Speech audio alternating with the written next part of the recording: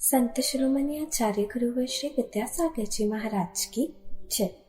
और हम योग प्रणेता पूज्य मुनि श्री प्रणम्य सागर जी महाराज की जय। ओम अरहम नमः। श्री तत्वात् सूत्र के दूसरे अध्याय की कक्षा में आप सभी का स्वागत है। तो चलिए अब हम सभी अपने मोक्ष मार्ग को प्रशस्त करने के लिए पूज्य मुनि श्री का उद्बोधन सुनते हैं।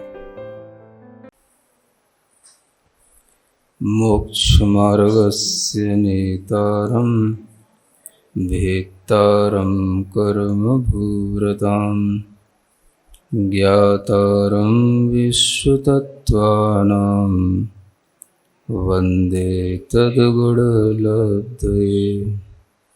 देवादिदेव आदिम तीर्थंकर श्री ऋषभनाथ भगवान की, वर्तमान शासन नायक श्री वर्धमान महावीर भगवान की, परम पूज्य आचार्य गुरुवर श्री विद्यासागर जी महाराज की। तत्वार्थ सूत्र ग्रंथराज में दूसरे अध्याय की विवेचना चल रही है। लगभग 13 सूत्र पढ़े जा चुके हैं और जीव के भाव और भेदों का वर्णन किया जा चुका है। उसी क्रम में जो कल आप लोगों ने स्थावर जीवों के बारे में जाना था, उनके भेदों के बारे में जाना था, उसी तरीके से त्रस जीवों के बारे में भी जानने के लिए आगे का सूत्र आ रहा है। द्विन्द्रियादयस्तृषाः।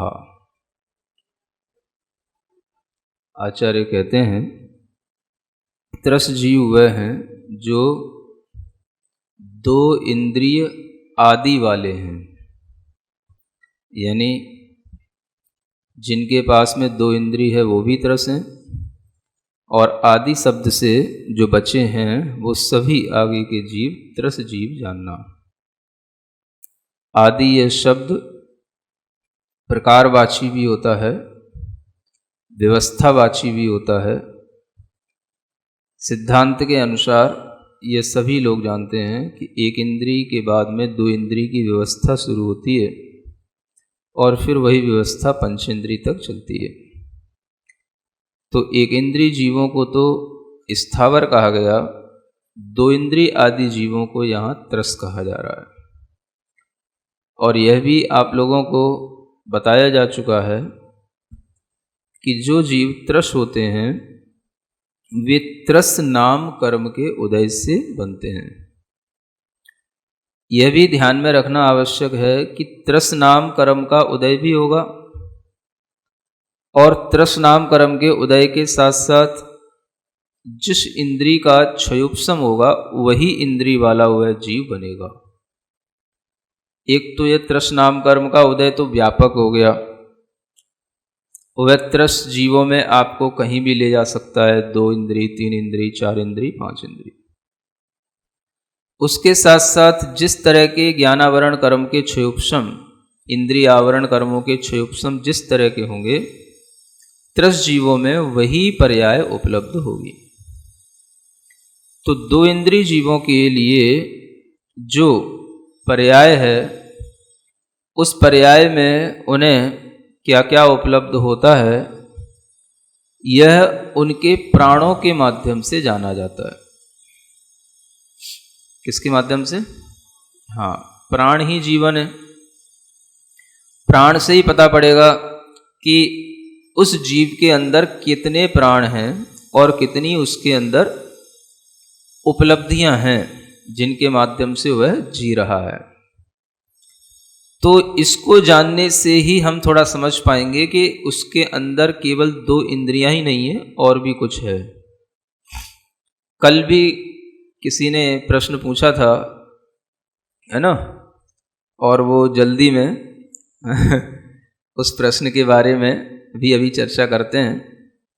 प्राण के बारे में कल किसी ने प्रश्न पूछा था तो याद आया कि प्राणों को भी समझाना जरूरी है, क्योंकि लोग प्रश्न पूछ रहे हैं तो इसका मतलब प्राण जानने के लिए उत्सुक तो रहते ही हैं कि किसमें कितने प्राण होते हैं। तो ये व्यवस्था भी अपने को पता होना चाहिए। जब हम पर्याप्त जीव होते हैं और अपर्याप्त जीव होते हैं, इन दो प्रकार के जीवों की बात करते हैं तो हमें थोड़ा सा इन सब जीवों को एक तरफ रख करके केवल पर्याप्त और अपर्याप्त दो तरीके से उन जीवों को देखना है। अब ये नया शब्द है आप लोगों के लिए, लेकिन जानना जरूरी है ना। नया तो पूरा तत्वार सूत्री होगा, लेकिन सुनते रहोगे तो धीरे धीरे सब कुछ समझ में आ जाएगा। तो जीव कोई भी हो, उसकी एक पर्याप्त दशा होती है और एक अपर्याप्त दशा होती है ना।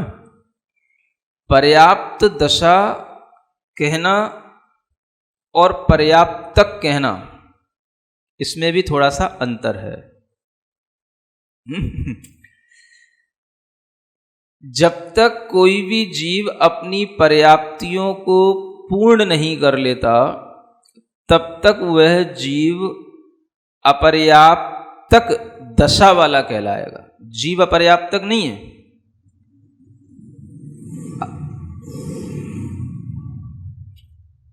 जीव दो ही प्रकार के होते हैं, या तो पर्याप्तक या अपर्याप्तक, और ये भी दोनों नामकर्म ही हैं। जैसे त्रस नाम कर्म का उदय हुआ, तो त्रस नाम कर्म के उदय के साथ साथ अब अगला कर्म बताएगा कि इसके साथ में ये कहाँ जाएगा। समझ आ रहा है ना। हर एक कर्म अपना अपना आगे आगे काम करता चला जाता है। तो त्रस नाम कर्म के उदय के साथ साथ सबसे पहले डिवाइडेशन इसी में होएगा कि ये पर्याप्तक जीव बनेगा कि अपर्याप्तक बनेगा। पर्याप्तक जीव उसको बोलते हैं जो अपनी पर्याप्तियों को नियम से पूर्ण करेगा, उसको क्या बोलेंगे? पर्याप्तक। अपर्याप्तक उसको कहेंगे जो अपनी पर्याप्तियों को प्रारंभ तो कर देगा लेकिन पूर्ण एक भी नहीं कर पाएगा और उसकी मृत्यु हो जाएगी, जीवन समाप्त हो जाएगा। उसको बोलते हैं अपर्याप्त जीव। तो जो अपर्याप्त बोले जाते हैं जीव, वो वस्तुतः एक तरह से वो सब लब्धि अपर्याप्तक जीव ही होते हैं। उनको क्या बोलते हैं? लब्धि अपर्याप्तक। यहां पे भी लब्धि आ गई। जिनकी लब्धियां माने उपलब्धियां सब अपर्याप्त है, माने अपूर्ण हैं। कोई भी उनकी लब्धियां पूर्ण नहीं होने की। काम तो जिस इंद्री में उन्हें जाना है, जितनी इंद्री वाला बनना है, उतनी इंद्री का क्षयोपशम लेके तो गए, शुरू भी कर दिया, लेकिन पूर्ण एक भी इंद्री नहीं होगी और उससे पहले उनकी मृत्यु हो जाएगी। तो ये कहलाएंगे जीव अपर्याप्तक। ऐसे अपर्याप्तक जीव सभी इंद्री वाले जीवों में होते हैं। एक इंद्री जीव भी अपर्याप्तक होते हैं, पर्याप्तक भी होते हैं। दो इंद्री जीव भी अपर्याप्तक होते हैं, पर्याप्तक होते हैं। तीन इंद्री जीव भी अपर्याप्तक होते हैं, पर्याप्तक होते हैं। ऐसे ही चार इंद्री, ऐसे ही पांच इंद्री। यहाँ तक कि मनुष्य भी अपर्याप्तक और पर्याप्तक के भेद से दो प्रकार के होते हैं। समझ आ रहा है? तो ऐसे भी मनुष्य होते हैं जो लब्धि अपर्याप्तक मनुष्य होंगे। वह केवल लब्धि अपर्याप्तक का मतलब हो गया श्वास के 18वें भाग में बस उनका जीवन पूर्ण हो जाएगा। तो ऐसे भी मनुष्य होते हैं जो लब्धि अपर्याप्तक होते हैं। तो ये कहलाएंगे एक तरह से सम्मूर्छन जन्म वाले जीव, है ना। लेकिन जिनका गर्भ में जन्म होता है वो पर्याप्तक जीव ही होते हैं। तो पर्याप्तक जीव होते हुए भी जब तक उसकी पर्याप्तियां पूर्ण नहीं होती तब तक उसको अपर्याप्त दशा वाला कहा जाएगा कि उसकी अभी अपर्याप्त दशा चल रही है। लेकिन जीव अपर्याप्त नहीं है, जीव तो पर्याप्तक है। क्योंकि पर्याप्तक नाम कर्म का उदय है तो वह जीव अपनी पर्याप्तियां नियम से पूर्ण करेगा। समझ आ रहा है? तो तीन तरीके के जीव आप समझ सकते हो। एक तो लब्धि अपर्याप्तक जीव जो टोटली अपर्याप्तक ही कहलाएंगे, उनकी सभी पर्याप्तियां इनकम्प्लीट ही रहेंगी। इनको क्या बोलेंगे? लब्धि अपर्याप्तक। दूसरे कहलाए पर्याप्तक जीव जो नियम से अपनी पर्याप्तियां पूर्ण करेंगे। अब इन्हीं पर्याप्तक जीवों की एक दूसरी और दशा जब तक कि ये पर्याप्तियां पूर्ण नहीं करते, एक पर्याय को छोड़कर दूसरी पर्याय में गए, तब तक और उसके बाद में जन्म लेने के बाद भी एक अंतर मुहूर्त तक इनको टाइम लगता है अपनी पर्याप्तियां पूर्ण करने में।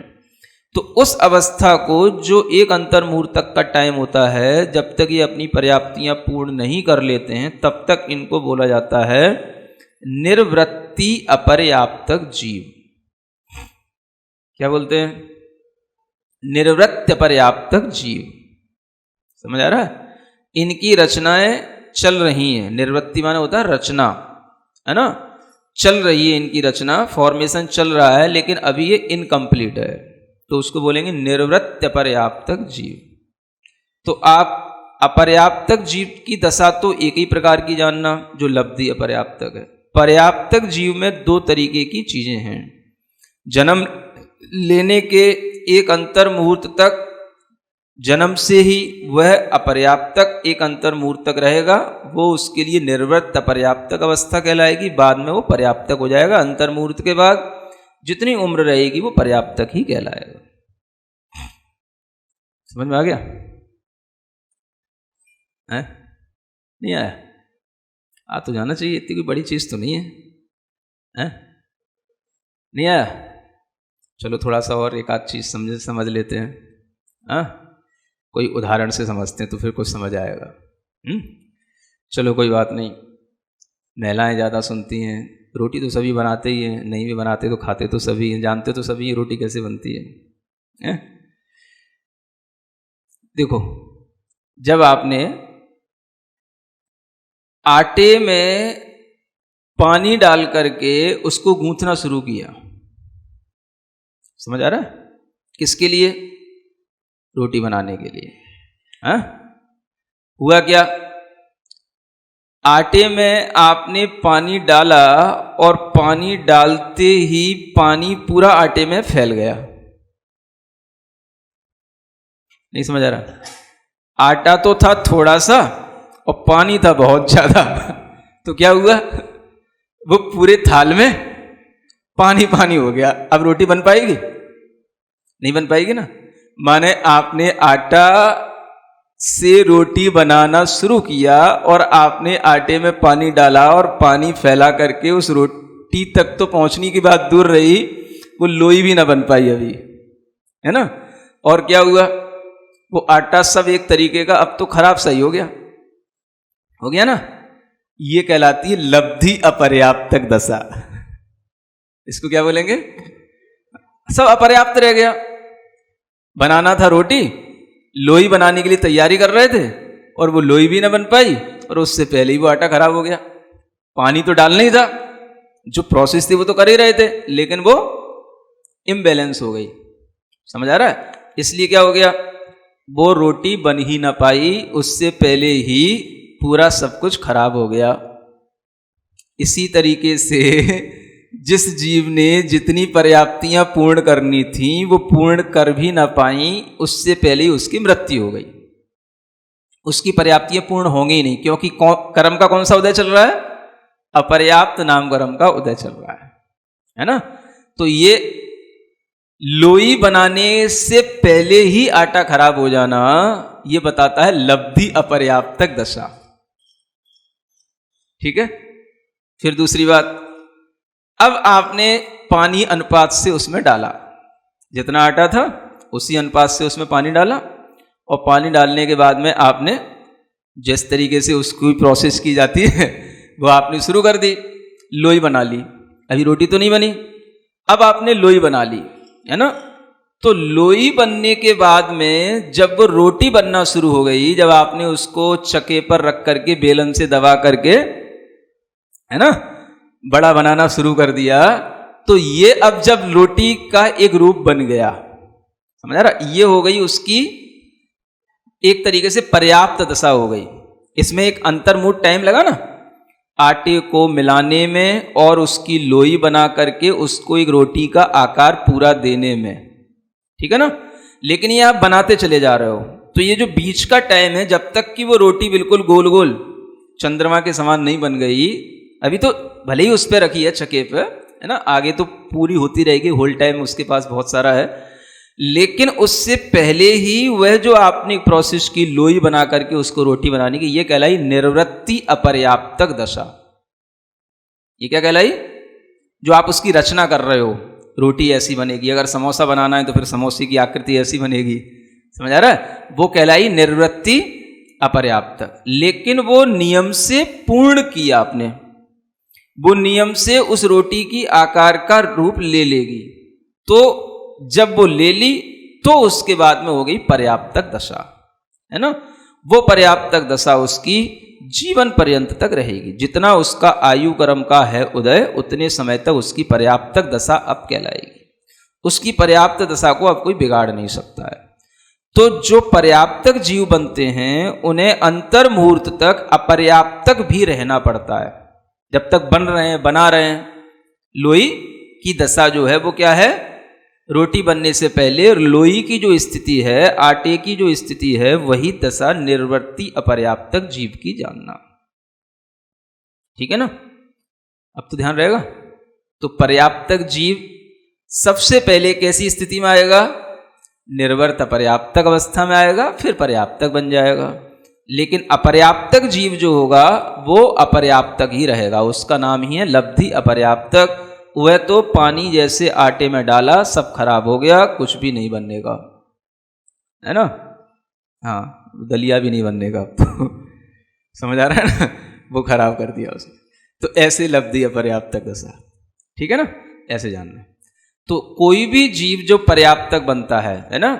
हम सभी जीव कैसे हैं जो सुन रहे हैं, सब पर्याप्तक जीव हैं। अंतर मुहूर्त तक जब हमने जन्म लिया था तो ऐसे ही अपर्याप्तियां का जो टाइम था वो हमने पूर्ण किया। अंतर मुहूर्त में पर्याप्तियां तैयार हो गई, उसके बाद में पर्याप्त दशा हो गई, फिर उसी के अनुसार काम चलता है। ठीक है ना? इसको जानने का प्रयोजन यह है कि जब भी हम प्राणों का वर्णन करते हैं तो सामान्य रूप से अगर आपने द्रव्य संग्रह भी पढ़ा होगा तो शायद हमने उसमें केवल पर्याप्तक जीवों के हिसाब से ही आपको ज्ञान दिया होगा, है ना? क्योंकि वो शायद इतना डिटेल बताने का उस समय टाइम ना रहा हो। पर्याप्तक जीवों के प्राण अलग और अपर्याप्तक जीवों के प्राण अलग दशा, अलग तरह से जानना चाहिए, है ना? तो एक इंद्रिय जीव है, मान लो पर्याप्तक जीव है, तो पर्याप्तक के प्राण तो सभी जानते ही हैं। एक इंद्रिय जीव में पर्याप्तक दशा में 4 प्राण होंगे। ठीक है? कौन कौन से? एक स्पर्शन इंद्रिय प्राण, एक काय बल प्राण, एक आयु और एक श्वासोच्छ्वास, ये 4 प्राण हो गए। फिर 2 इंद्रिय हो गया तो उसमें 2 प्राण और बढ़ा दिए, एक रसना इंद्रिय बढ़ गई और रसना इंद्रिय बढ़ी तो वचन बल भी बढ़ गया, तो 2 प्राण और बढ़ गए, तो 6 प्राण हो गए। अब आगे एक एक बढ़ाते जाओ, 3 इंद्रिय में 7 प्राण हो जाएंगे। कौन सी इंद्रिय बढ़ा दी? घ्राण इंद्रिय बढ़ा दी, है ना? 4 इंद्रिय में चक्षु इंद्रिय बढ़ा दी, तो कितने प्राण हो गए? 8 हो गए। फिर आगे असंगी पंचेंद्रिय जीव, जिसके पास अभी मन नहीं बनना, तो उस जीव में एक इंद्रिय बढ़ गई तो 9 प्राण बढ़ गए, है ना? और संगी पंचेंद्रिय, तो इंद्रिय तो हम पहले बढ़ा ही चुके थे, अब हमने संगी हो गया तो मन बढ़ा दिया, तो मन बल प्राण उसके अंदर आ गया। संगी पंचेंद्रिय में मनोबल प्राण आ गया, तो ये 10 प्राण हो गए। ये हो गए पर्याप्तक जीवों के प्राण। समझ में आ गया सबको? एक इंद्रिय जीव में, पर्याप्तक एक इंद्रिय जीव में कितने प्राण होंगे? 4 प्राण होंगे। 2 इंद्रिय जीव में 6 होंगे। कौन कौन से 2 बढ़ गए? रसना इंद्रिय और वचन बल। ओम अरहम नमः। तो चलिए आज की कक्षा का एक क्विक रिवीजन कर लेते हैं। सूत्र 14 में हमने जाना कि 2 या उससे अधिक इंद्रिय वाले जीव त्रस होते हैं। एक इंद्रिय में स्थावर की व्यवस्था होती है और 2 इंद्रिय से पंच इंद्रिय तक त्रस की व्यवस्था होती है। त्रस जीवों में त्रस नाम कर्म का उदय होता है। इसके साथ जिन इंद्रियों का क्षयोपशम होगा उतनी इंद्रियों वाला वह जीव बनेगा। त्रस पर्याय के अंदर जो उपलब्धियां हैं उनको प्रमाणों के माध्यम से जाना जाता है। प्राण ही जीवन है। जीव के त्रस नाम कर्म के साथ में पर्याप्तक या अपर्याप्तक नामकरण का उदय होता है, जिससे पता चलता है कि जीव पर्याप्तक होगा या अपर्याप्तक। पर्याप्तक जीव नियम से अपनी पर्याप्तियों को पूर्ण करेगा, अपर्याप्तक जीव अपनी पर्याप्तियों को प्रारंभ तो कर देगा लेकिन पूर्ण एक भी नहीं कर पाएगा और उसकी मृत्यु हो जाएगी।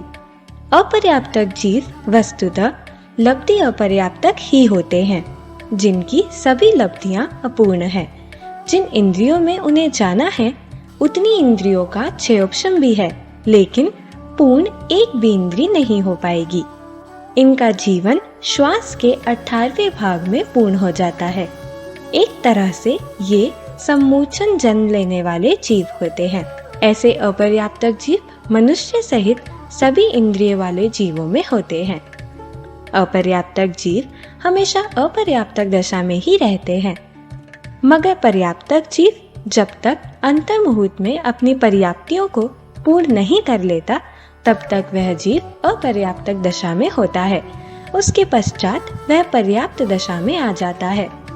पर्याप्तक नामकरण के उदय से वह नियम से अपनी पर्याप्तियां पूर्ण करता है। गर्भ जन्म लेने वाले जीव पर्याप्तक ही होते हैं। पर्याप्तियों के आधार से हम 3 तरह से जीवों को समझ सकते हैं। पहला, लब्धि अपर्याप्तक जीव, जिनकी सभी पर्याप्तियां इनकम्प्लीट ही रहेंगी। दूसरा, पर्याप्तक जीव, जिन जीवों ने अपनी पर्याप्तियां पूर्ण कर ली हैं।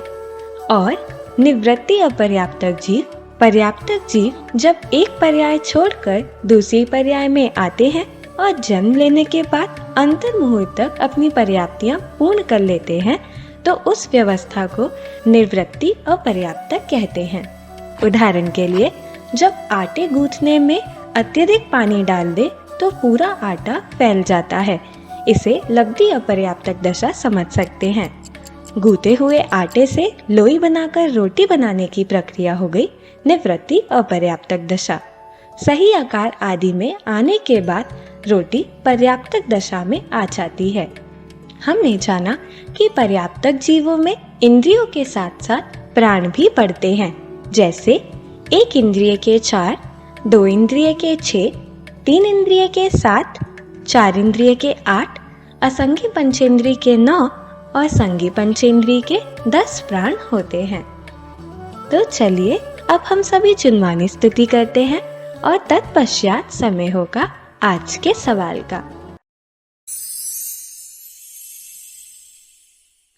सिरिजिणवाणी जग कल्याणी जग जन मदतम मोहरी जणमण हारी गढ़हर हारी जम जरा भव रोग हरी तिथ्य राणम दिव्य झुणिम जो पड़ई सुणई मय्ये धारई राणम सौख मणंतम धरिय सासद मोक्ष पदम पावई सासद मोक्ष पदम पावई।